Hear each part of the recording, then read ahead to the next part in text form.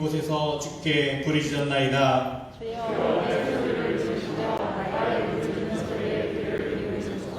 여호와여, 주께서 죄악을 지켜보실진대 그러나 사유하심이 주께 있음은 나고 내 영혼은 여호와를 기다리며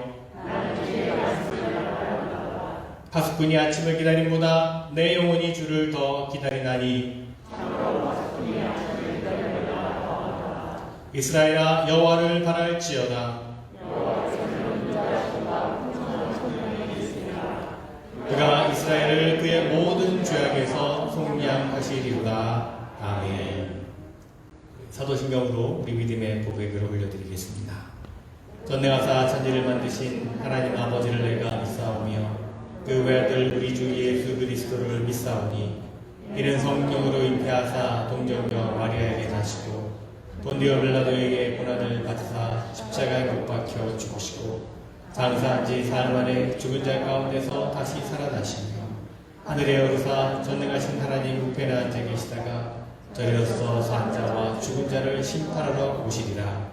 성령을 믿사오며 거룩한 공예와 성도가 서로 교통하는 것과 죄를 사하여 주시는 것과 몸이 다시 사는 것과 영원히 사는 것을 믿사옵나이다. 아멘.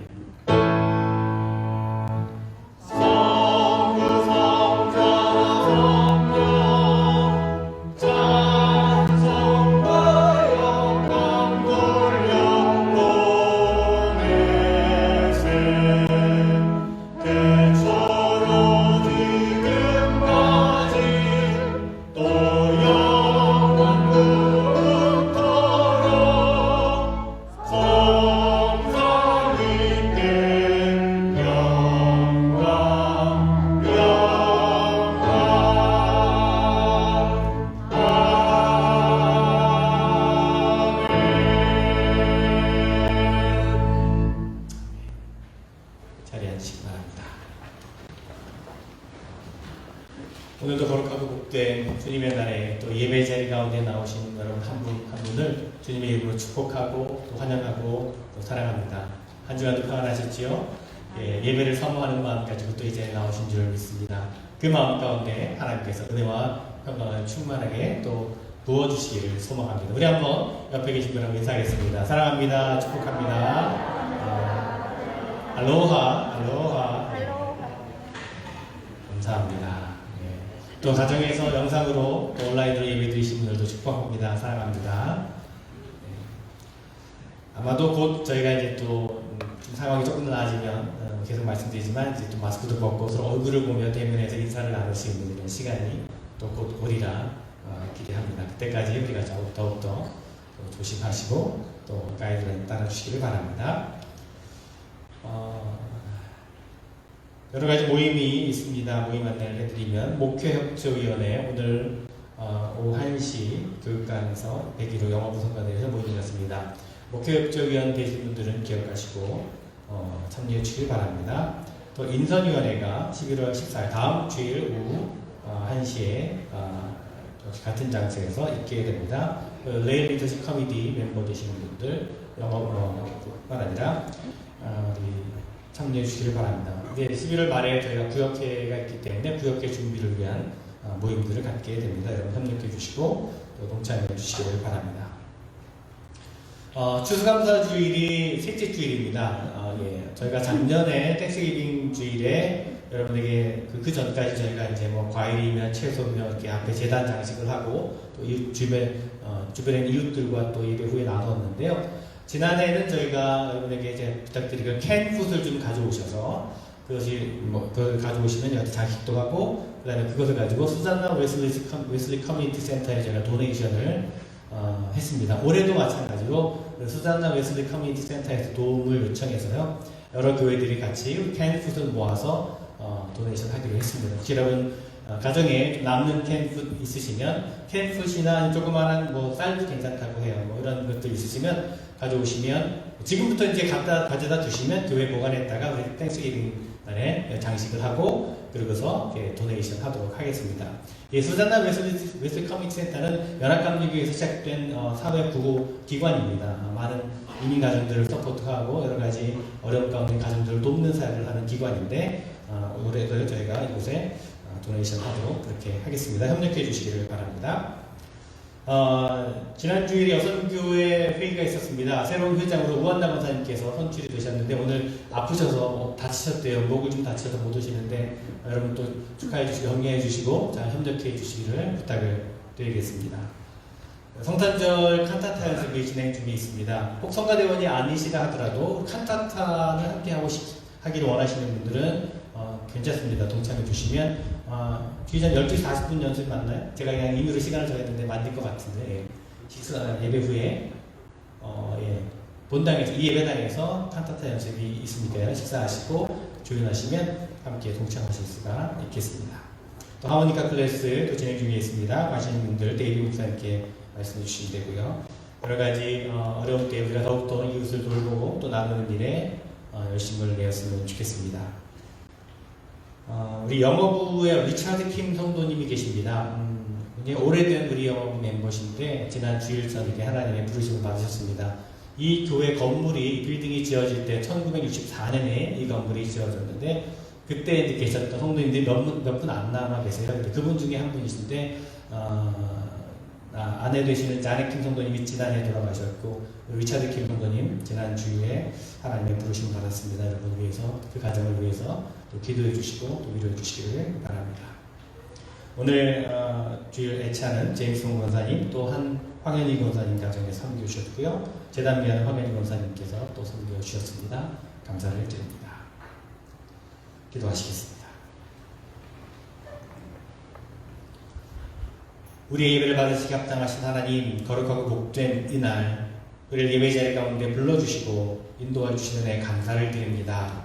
함께 모인 이 자리가 혹은 머물러 있는 그 자리마다 참된 예배의 자리가 되게 하시고 예배 가운데 나아간 우리 모습을 기뻐 받아 주시옵소서. 온전한 예배, 신령과 진정으로 드려지는 우리의 예배가 되게 하여 주시옵소서.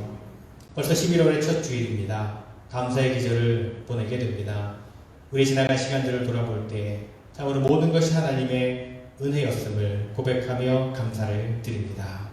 어려울 때에도 아플 때에도 슬플 때에도 두려움과 절망 가운데 있을 때에도 한결같이 우리를 품어주시고 위로해 주시며 힘주시는 주님의 은혜를 기억하며 감사를 드립니다.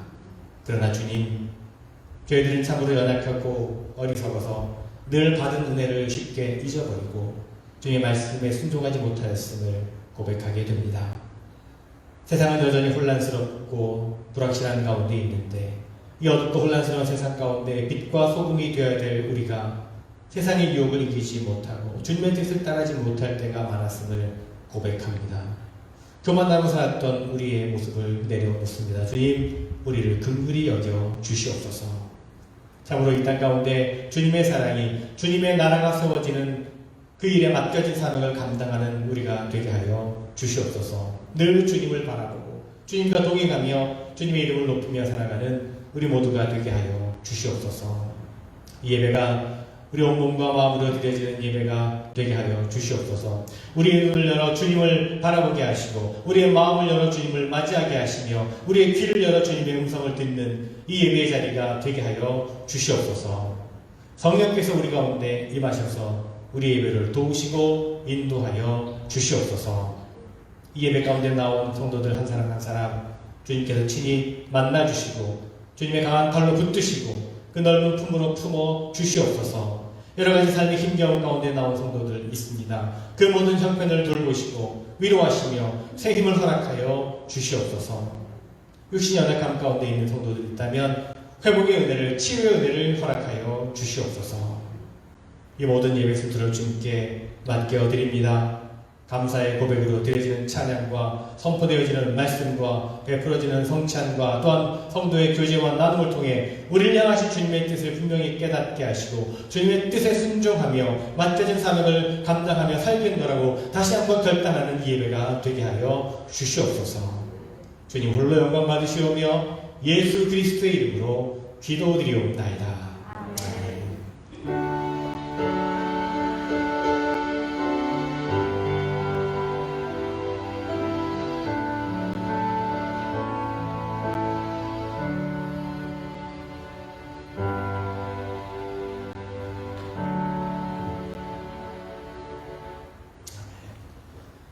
오늘 우리에게 주신 하나님의 말씀은 로마서 7장 14절부터 25절까지 말씀입니다.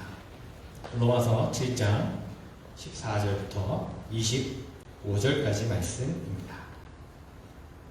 하나님의 말씀을 읽겠습니다. 우리가 율법은 신령한 줄 알거니와 나는 육신에 속하여 죄 아래에 팔렸도다. 내가 행하는 것은 내가 알지 못하노니 곧 내가 원하는 것은 행하지 아니하고 도리어 미워하는 것을 행함이라. 만일 내가 원하지 아니하는 그것을 행하면 내가 이로써 율법이 선한 것을 시인하노니 이제는 그것을 행하는 자가 내가 아니요 내 속에 거하는 죄니라. 내 속 곧 내 육신에 선한 것이 거하지 아니하는 줄을 아노니 원함은 내게 있으나 선을 행하는 것은 없노라. 내가 원하는 바 선은 행하고 행하지 아니하고 도리어 원하지 아니하는 바 악을 행하는도다. 만일 내가 원하지 아니하는 그것을 하면 이를 행하는 자는 내가 아니요 내 속에 거하는 죄니라. 그러므로 내가 한 법을 깨달았노니 곧 선을 행하기 원하는 나에게 악이 함께 있는 것이로다.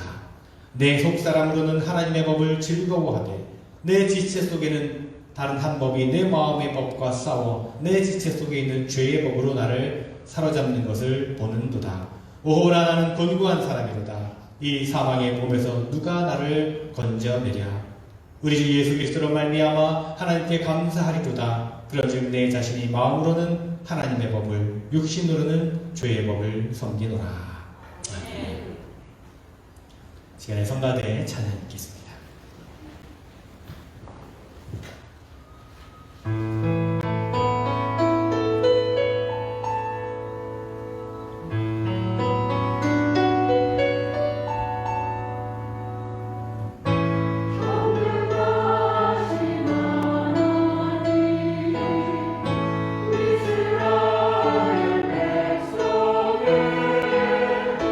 기도를 들으시고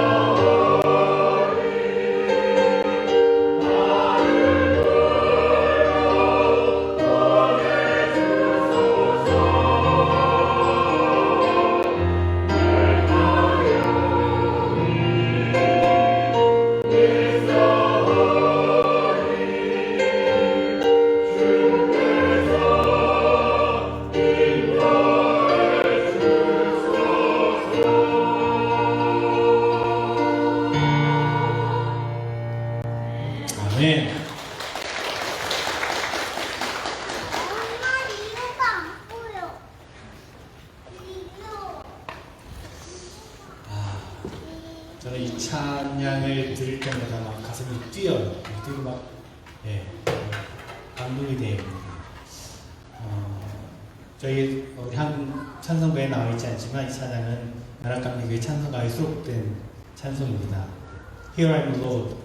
주님, 제가 여기 있습니다. 저를 보내주십시오. 이사야 선지자의 고백을 찬송으로 만든 것인데, 이렇게 주님, 내가 여기 있으면 나를 어디든지 주님이 원하시는 곳에 보내셔서 쓰임받게 하시옵소서. 그런 귀한 고백의 찬양입니다. 다시 한번 성가대를 통해서 이 귀한 찬양을 나누게 돼서 감사를 드립니다. 여러분, 우리가 예수님을 영접하고 구주로 고백하게 되면 우리 안에 주시는 은혜가 무엇일까요? 사람들은요, 예수 믿으면 단지 우리가 죄에서 씻어주시는 은혜만을 생각합니다. 그런데 우리가 거기서 한 걸음 더 나아가야 되지 않겠습니까? 우리가 예수를 믿으면 죄와 싸워서 온전한 자로 만들어주시는 하나님의 은혜가 있다는 것을 알아야 합니다. 이것이 우리 안에 있는 갈등으로 나타난다고 저는 그렇게 생각합니다. 여러분, 진짜 믿음이 내 안에 들어오게 되면, 예수 그리스도의 십자가가 내 인생 가운데 들어오게 되면, 그러면요, 갈등이 시작됩니다.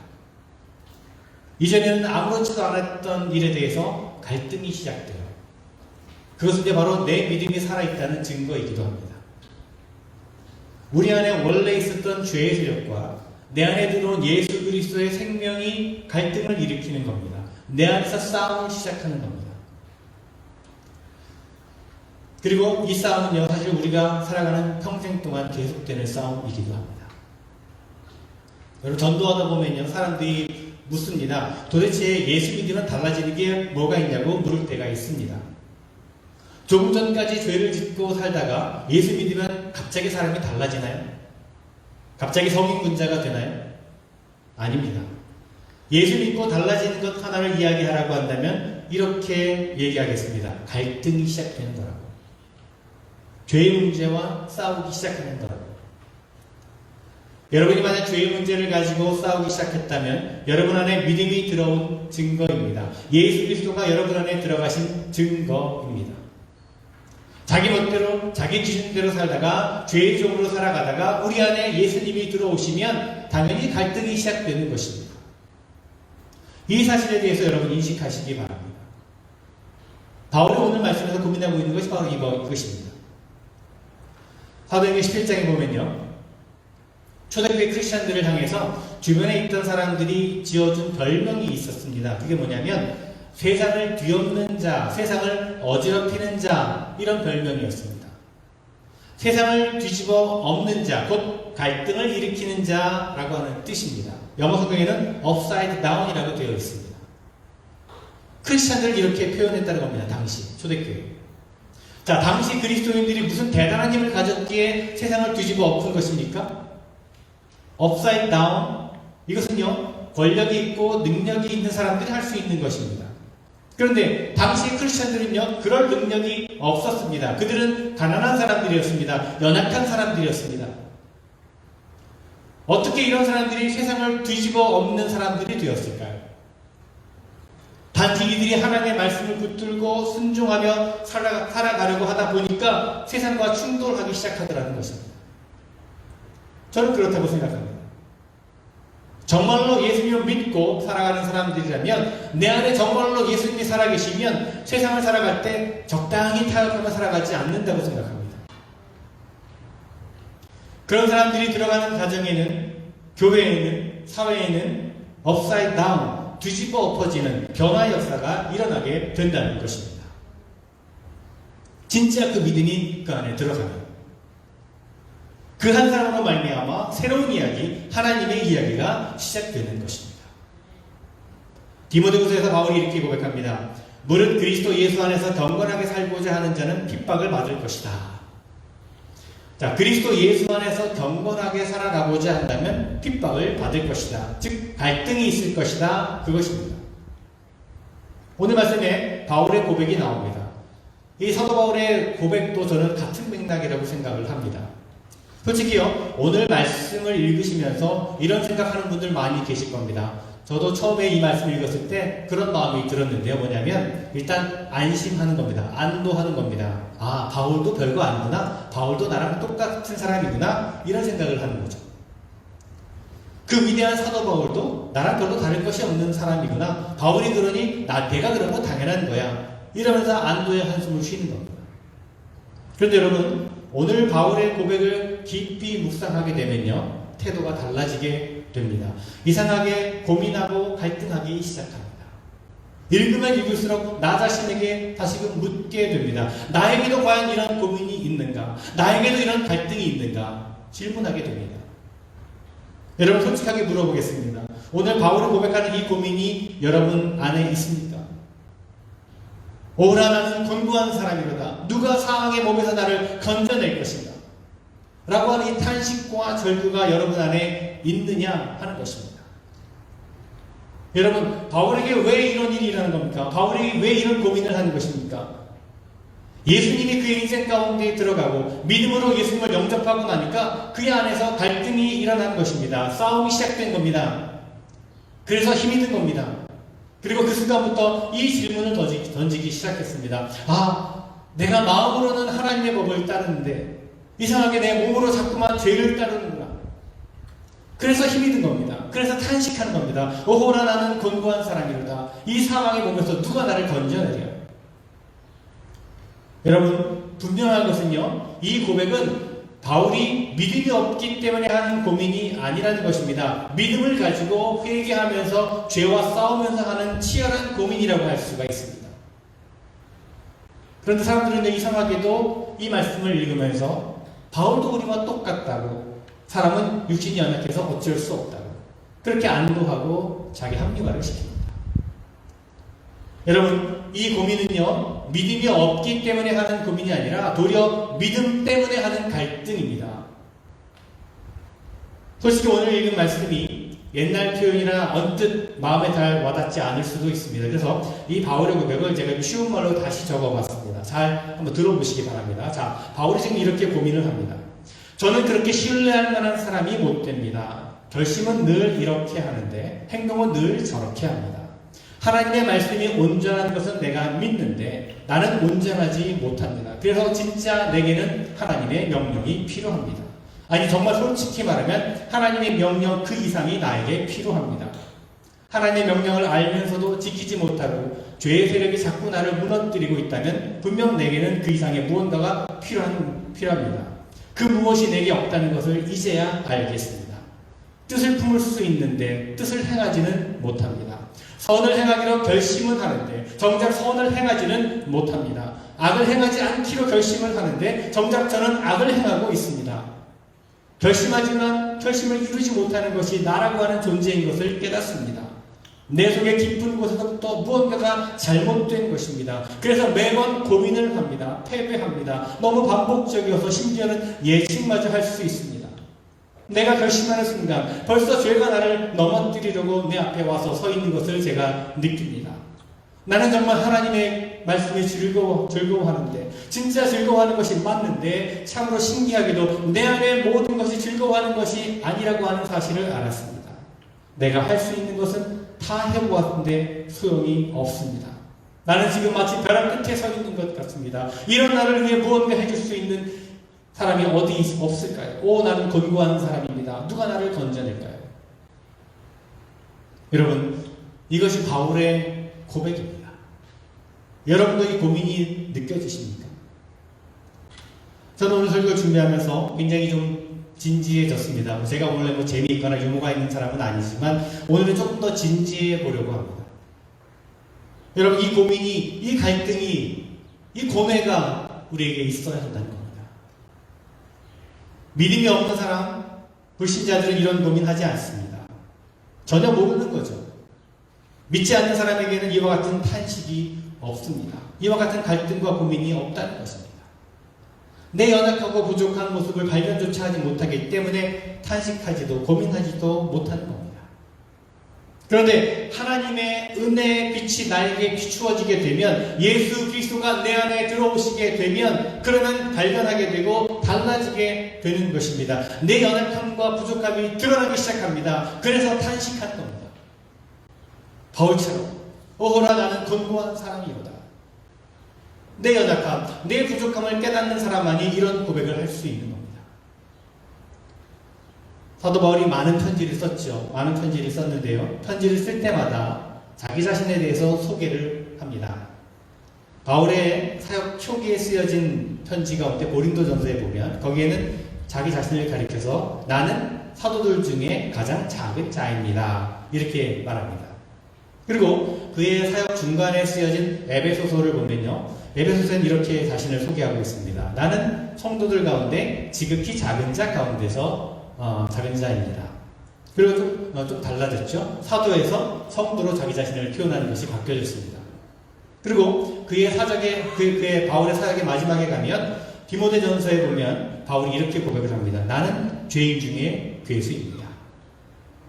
여러분, 바울이 나이가 점점 들어가면서 죄를 더 많이 지어가기 때문에 이런 고백을 하는 것일까요? 이렇게 자기를 소개하는 것일까요?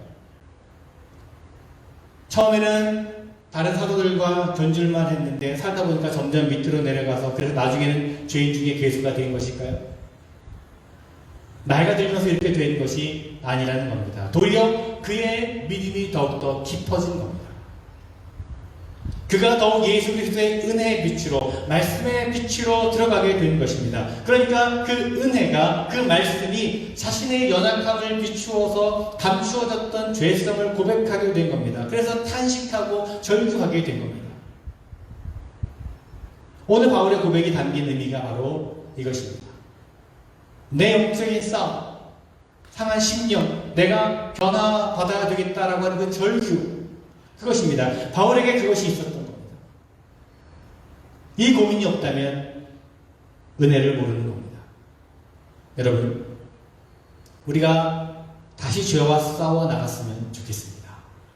목사님, 저도 죄와 싸워 나가기를 다짐합니다. 그냥 방치하지 않고 싸우는 겁니다. 그것이 영적인 싸움이고 살아있다라고 하는 증거가 됩니다. 이 고백은 죄인이 고백하는 것이 아니라 믿음으로 회개하는 자의 고백이기 때문에 그렇습니다. 그렇다면 어떻게 바울이 이런 갈등, 이런 고민, 이런 탄식과 절규를 할 수 있었을까요? 고민해, 갈등해, 아무리 얘기를 해도 갈등이 안 되는 인생들인데 도대체 무엇일까요? 말씀을 놓고 기도하면서 묵상했습니다. 그때 하나님께서 제게 주신 마음이 이것이었습니다. 그것은 하나님을 두려워하는 것이라는 겁니다. 하나님을 두려워하는 것.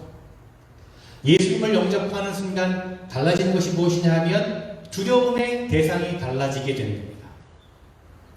바울은요, 이전에는 유대교의 차세대 리더로서 참 잘난 척하며 당당하게 살았는데 그가 예수님을 만나고 하나님의 빛이 자신에게 비치기 시작하니까 하나님 앞에서 두려워지기 시작하는 겁니다. 그러니까 내가 얼마나 부족한 존재인지를 알게 되는 것입니다. 오호라 나는 곤고한 사람이로다. 진짜 하나님을 두려워할 줄 아는 사람은 이런 고민을 가지게 되는 것입니다. 세상에 대한 두려움, 어떤 출세에 대한 두려움이 아니라 하나님에 대한 두려움이 있으니까 이 고민이 생기더라는 겁니다. 다윗의 일을 한번 들어볼까요? 여러분 잘 아시는 다윗 왕 이야기를 잘 아십니다. 다윗은요, 솔직히 겁날 것이 없는 사람이었습니다. 두려울 것이 없는 사람이었습니다. 골리앗과 싸울 만큼 용기가 있었습니다. 골리앗을 무너뜨리고 민족의 영웅이 되었습니다. 마침내 그는 이스라엘의 왕이 되었습니다. 대단한 권력을 가졌습니다. 모두가 다윗을 따르고 모두가 다윗을 추앙했습니다. 아무것도 두려울 것이 없는 무소불위의 권력을 가진 사람이 되었습니다.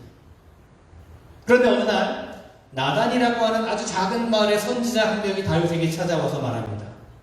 당신 다른 사람의 아내를 탐한 것을 내가 압니다. 하나님 앞에서 회개하십시오.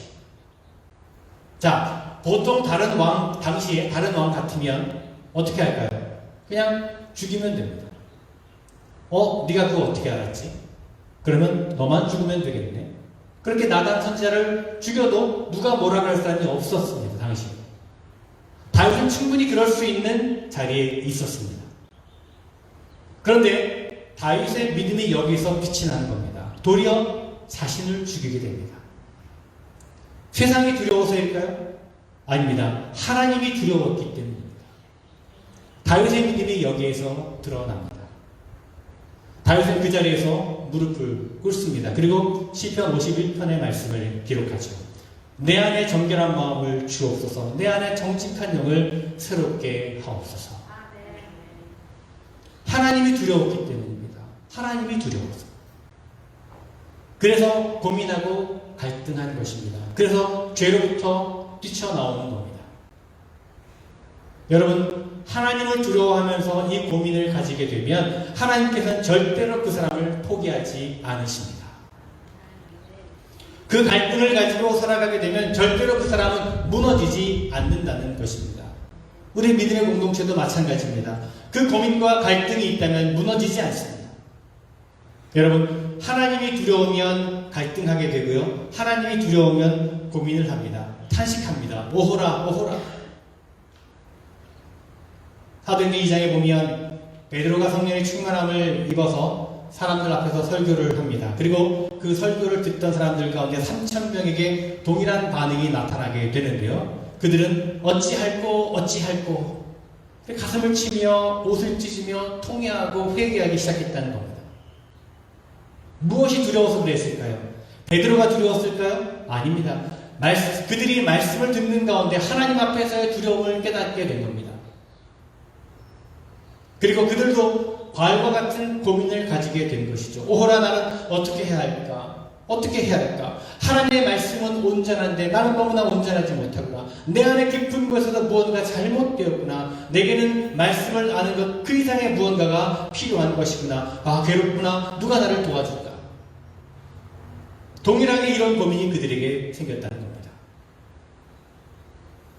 자, 그리고 바울이 이제 그 해답을 말합니다. 바울의 탄식이요.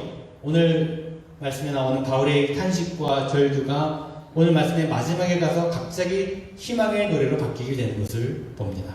25절입니다. 우리 한번 한 목소리로 같이 읽어볼까요? 25절 말씀입니다. 우리 주 예수 그리스도로 말미암아 하나님께 감사하리로다. 그런즉 내 자신이 마음으로는 하나님의 법을 육신으로는 죄의 법을 섬기노라. 이 말씀을요, 제가 다시 써봤습니다. 한번 들어보십시오. 그러나 해답이 있습니다. 감사하게도 해답이 있습니다. 예수 그리스도께서 나를 구원하실 수 있고 또 하신다는 것입니다. 제가 마음으로는 하나님을 섬기고 몸으로는 죄에 끌려다니는 모순으로 가득한 삶을 살았지만 그러나 그분은 내 삶에 들어오셔서 모든 것을 바로 잡아 주셨습니다. 이렇게 지금 바울이 고백하고 있는 겁니다. 이것이 해답입니다. 내 속을 바라보니까 소망이 없었는데 하나님을 바라보니까 의롭게 만들어주시는 하나님의 은혜를 붙드니까 힘이 생기더라는 겁니다. 이길 수 있더라는 겁니다.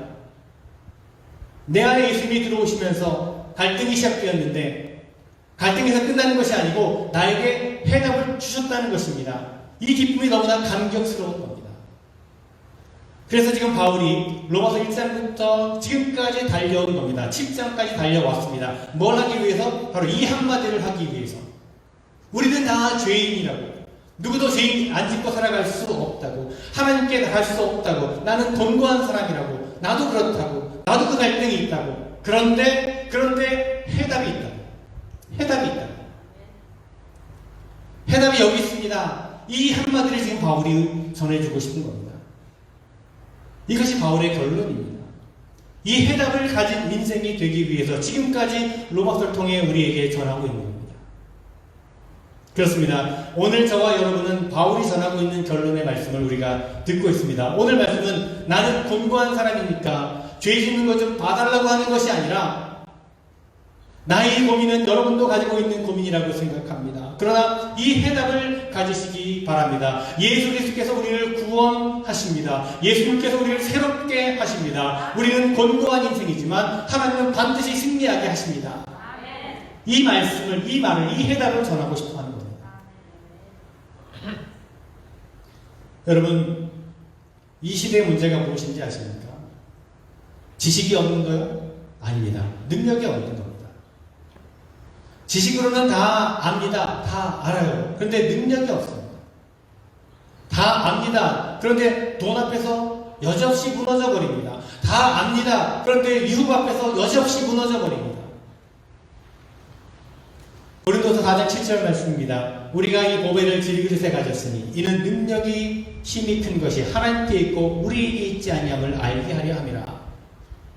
여러분, 능력은 하나님께 있는 것입니다. 이것이 해답이라는 겁니다. 저는 우리 모두가 이 해답을 가지고 살아가는 인생이 되었으면 좋겠습니다.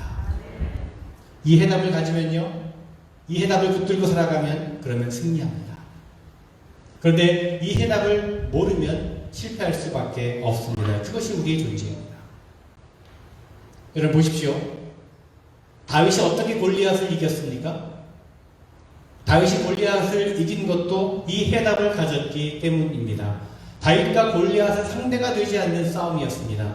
다윗이 도저히 이길 수 없는 싸움이었습니다. 그러나 다윗이 이렇게 말하죠. 골리앗 앞에 나아가서 너는 칼과 단창으로 나에게 오지만 나는 내가 비웃는 여호와 하나님의 이름을 가지고 나간다. 그리고 전쟁은 하나님께 속한 것임을 이 자리에서 알게 하겠다. 네. 이 해답을 가진 겁니다. 그래서 다윗이 승리할 수 있었습니다. 하나님께서 여호수아에게 말씀하십니다. 두려워 말라, 놀라지 말라, 내가 너와 함께 함이니라. 너 혼자가 아니라고. 너 혼자면 무너지고 실패할 수밖에 없지만 내가 너와 함께하면 능히 이 땅을 정복할 수 있을 것이라고 약속하신 것입니다. 예수님께서 말씀하십니다. 이것을 너희에게 이름은 너희로 내 안에 평안을 누리게 하려 함이라. 세상에서는 너희가 환난을 당하나 담대하라. 내가 세상을 이기었노라. 너희는 실패할지 모르지만 나는 실패하지 않는다. 실패하는 인생을 긍휼히 여기는 나의 사랑이 너희에게 있다. 내가 너희와 함께 너희를 승리하게 하겠다. 약속해 주시는 겁니다. 사도 바울이 고백합니다. 내게 능력 주시는 자 안에서 내가 모든 것을 할 수 있느니라. 제가 서두에 여러분에게 질문을 했습니다. 여러분에게 이 갈등이 있습니까? 여러분에게 이 고민이 있습니까? 질문 드렸죠. 그런데 결론을 이렇게 말씀드리고 싶습니다. 다시 질문 드리기 원합니다. 여러분에게 이 해답이 있으십니까? 여러분이 해답을 가지고 계십니까? 여러분이 해답을 붙들고 살아가는 것이 믿음으로 살아가는 것입니다. 말씀을 정리합니다. 사도 바울이 오늘 우리에게 전해주고자 하는 이야기를 다시 들어봅니다. 하나님의 말씀대로 살려고 하면 할수록 내 안에는 갈등과 고민이 깊어져만 갑니다. 나는 신뢰할 만한 일도 못하고 나는 능력도 없기 때문입니다. 그러나 이 모든 것에 해답이 있습니다. 우리 주 예수 그리스도로 말미암아 하나님께 감사합니다. 육신의 연약함으로 말미암아 할 수 없는 그것을 하나님은 하십니다. 이것이 해답입니다. 이 해답을 붙들고 살아가면 모든 것이 합력하여 선을 이룰 것입니다. 하나님 없이 실패한 그 자리에서 하나님은 우리와 함께 그 일을 이루어 가실 것입니다. 여러분, 이 해답을 붙들고 하나님의 일을 이루어가는 우리 모두가 되었으면 좋겠습니다. 그런 저와 여러분 모두가 되시길 간절히 주님의 이름으로 축원을 드립니다. 기도하겠습니다. 예수님과 동행하며 죄와 싸우게 하시니 감사를 드립니다. 하나님을 두려워하며 참으로 믿고 경건하게 살고자 하는 믿음의 고백과 또한 바울과 같이 은혜 앞에서의 탄식이 우리 가운데 있게 하여 주시옵소서. 그러나 더욱 감사한 것은 하나님께서 실패한 우리를 버리지 않으시고 우리가 믿음을 붙들고 살아갈 때 우리의 탄식을 기쁨의 노래로 바꾸어 주신다는 사실입니다. 주님께서 이 고민의 해답이 되심을 날마다 고백하고 노래하며 하나님과 함께 승리의 노래를 부르는 우리 모두가 되게 하여 주시옵소서. 예수 그리스도의 이름으로 기도드리옵나이다. 아멘. 함께 찬송하시겠습니다.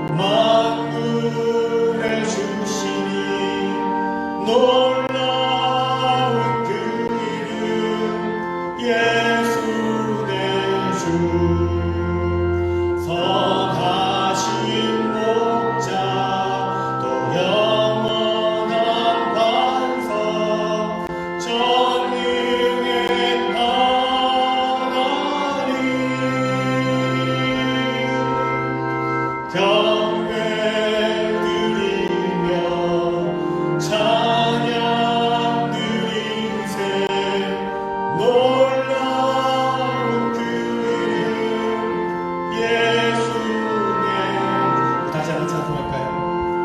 놀라운 그 이름 놀라운 그 이름 놀라운 그 이름 예수의 주 전능의 왕이요 만물의 주시니 놀라운 그 이름 예수의 주 선하신 목자 또 영원한 반석 전능의 하나님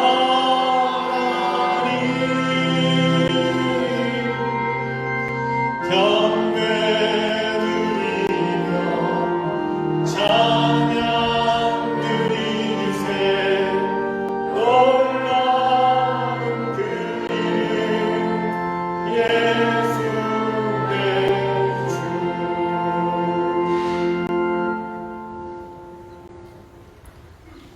주 성찬 이식을 행하도록 하겠습니다.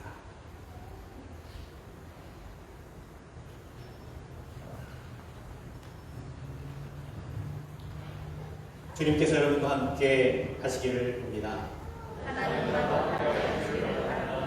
여러분의 마음을 드리십시오. 주 우리 하나님께 감사와 찬양을 드립시다. 주님은 모든 것을 지으시고 선하게 하셨습니다. 주님은 주의 형상대로 우리를 지으셨습니다. 저희가 주님과 멀리 떨어졌어도 주님은 우리를 버리지 않으셨습니다. 그러기에 땅에 있는 주님의 백성들과 하늘의 천사들과 함께 우리는 주님의 이름을 영원히 찬양합니다. 거룩 거룩 만군의 여호와여 그의 영광이 온 땅에 충만하도다. 찬송하리로다. 주의 이름으로 오시는 이여 가장 높은 곳에서 호산나. 하나님은 거룩하시고 그 아들 예수 그리스도는 마땅히 우리의 찬양을 받을 분입니다. 주님은 그의 고난과 죽으심과 부활에 동참하는 이들로 하여금 교회를 세우셨고 우리를 죄와 죽음에서 구원하셨으며 물과 성령으로 우리와 새 언약을 맺으셨습니다.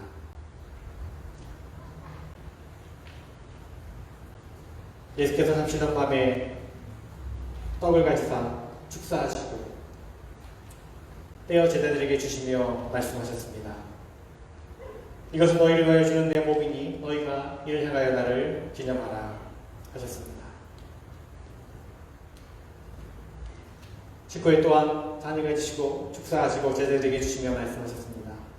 이 잔은 주의 사함을 얻게 하려고 너희와 많은 사람들의 죄를 위하여 흘리는 나의 새 언약의 피니 이것을 행하여 마실 때마다 나를 기념하라 말씀하셨습니다. 그러므로 우리는 그리스도를 통해서 이루신 하나님의 크신 구원의 은총 안에서 우리의 영혼과 몸을 주님께 거룩한 산 제물로 드려 자신을 내어주신 주님과 하나 되어 하나님이 행하신 구원의 신비를 고백하면서 감사와 찬양을 드립시다. 그리스도께서 죽으셨습니다. 그리스도께서 다시 사셨습니다. 그리스도께서 다시 오십니다. 자비하신 하나님 여기에 모인 우리에게 성령을 부으시고 주님의 선물인 떡과 잔을 임하사 성별하시고 우리를 하여금 그리스도의 보혈로 구원받아 세상을 위한 그리스도의 몸이 되게 하옵소서. 성령을 우리를 하나 되게 하시고 우리로 서로 하나 되게 하소서. 그리스도께서 최후 승리자로 오실 때까지 우리가 온 세상을 향하여 타약하는 데 하나가 되게 하소서. 우리가 주님의 천국 잔치의 즐거움에 참여하게 하소서. 예수 그리스도의 이름으로 기도합니다. 하늘에 계신 우리 아버지여 이름이 거룩히 여김을 받으시오며 나라 임하옵시며 뜻이 하늘에서 이루어진 것 같이 땅에서도 이루어지리라. 오늘날 우리에게 일용할 양식을 주옵시고 우리가 우리에게 죄 지은 자를 사하여 주것 같이 우리의 죄를 사하여 주옵시고 우리를 시험에 들게 하지 마옵시며 다만 악에서 구하옵소서. 내게 나라와 권세와 영광이 아버지께 영원히 있사옵나이다. 아멘.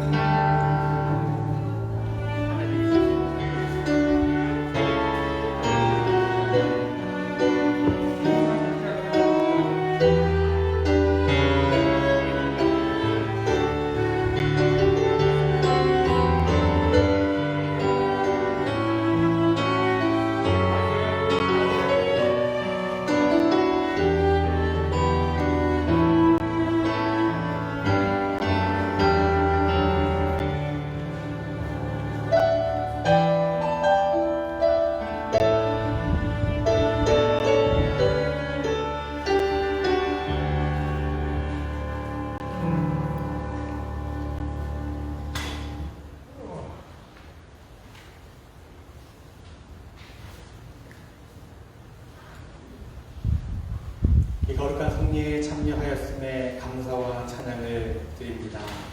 진심으로 간구하오니 주님의 영에 힘입어 세상 가운데로 나아가는 제자된 본분을 다하는 주의 자녀들이 되게 하옵소서. 예수님의 이름으로 기도합니다.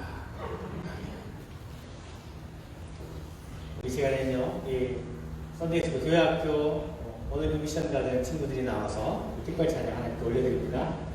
지난 주일에 아이들 특별 행사로 자신들이 티셔츠를 만드는 그런 액티비티를 했는데 본인들이 만든 셔츠를 다 입고 나왔습니다. 너무너무 다양하지만 하나 되는 그런 모습을 볼 수 있는데요. 감사합니다.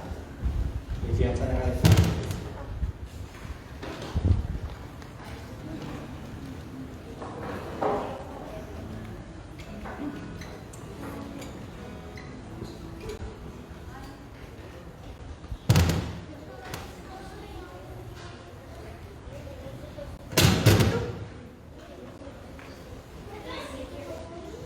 우리 아이들이 영어로 찬양을 하고요.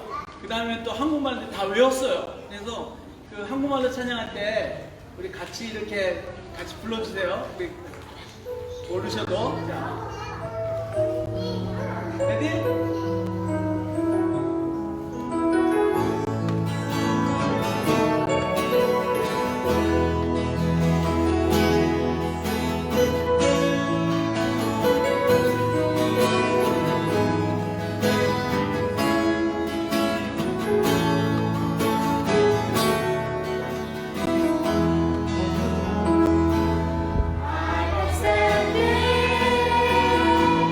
I forgive it.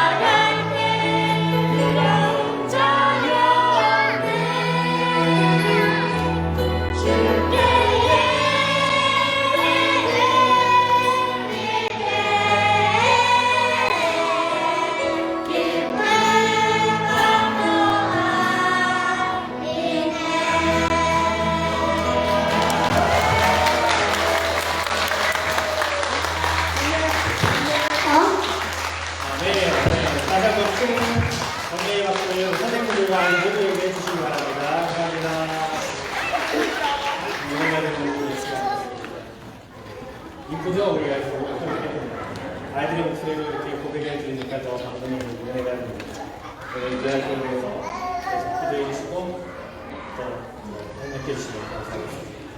자, 일어나서 하나님께 고원 올려드리겠습니다.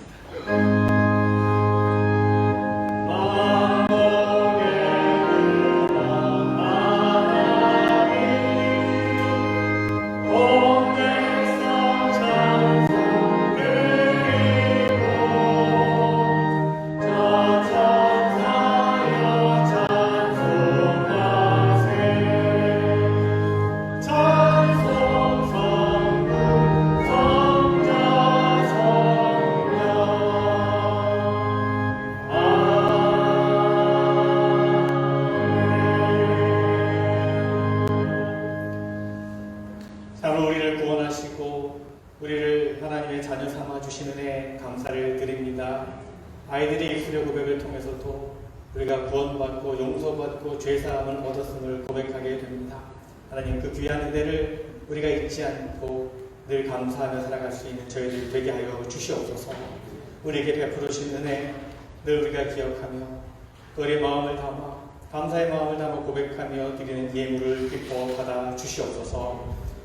참으로 여러가지 드려진 예물, 참으로 하나님 간구함으로 감사함으로 또 간절함으로 드린 예물이 있습니다. 그 모든 상황을 하나님께서 돌봐주시고 모든 형편 가운데서 더욱더 기쁨과 감사의 고백이 끊이지 않는 그 삶이 되게 하여 주시옵소서. 간절함으로 드리오니 하나님의 간절한 기도를 들으시고 또한 응답하여 주시옵소서. 드려진 모든 예물이 하나님의 나라와 사랑이 필요한 곳에 쓰여지는 예물 되게 하시며 예수 그리스도의 이름으로 기도드리옵나이다. 아멘.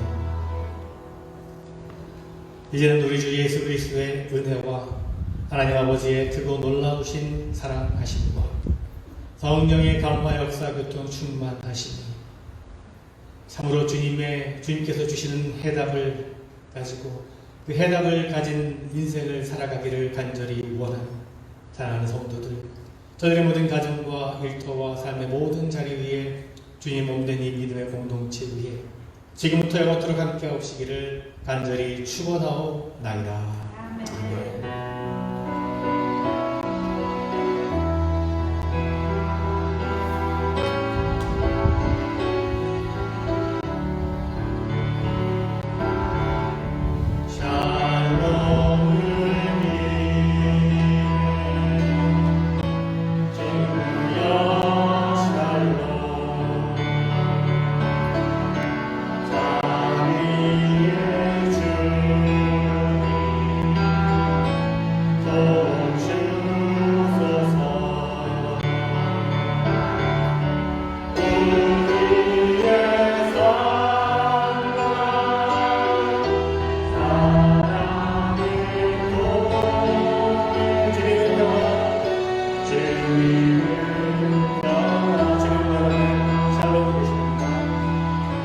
주님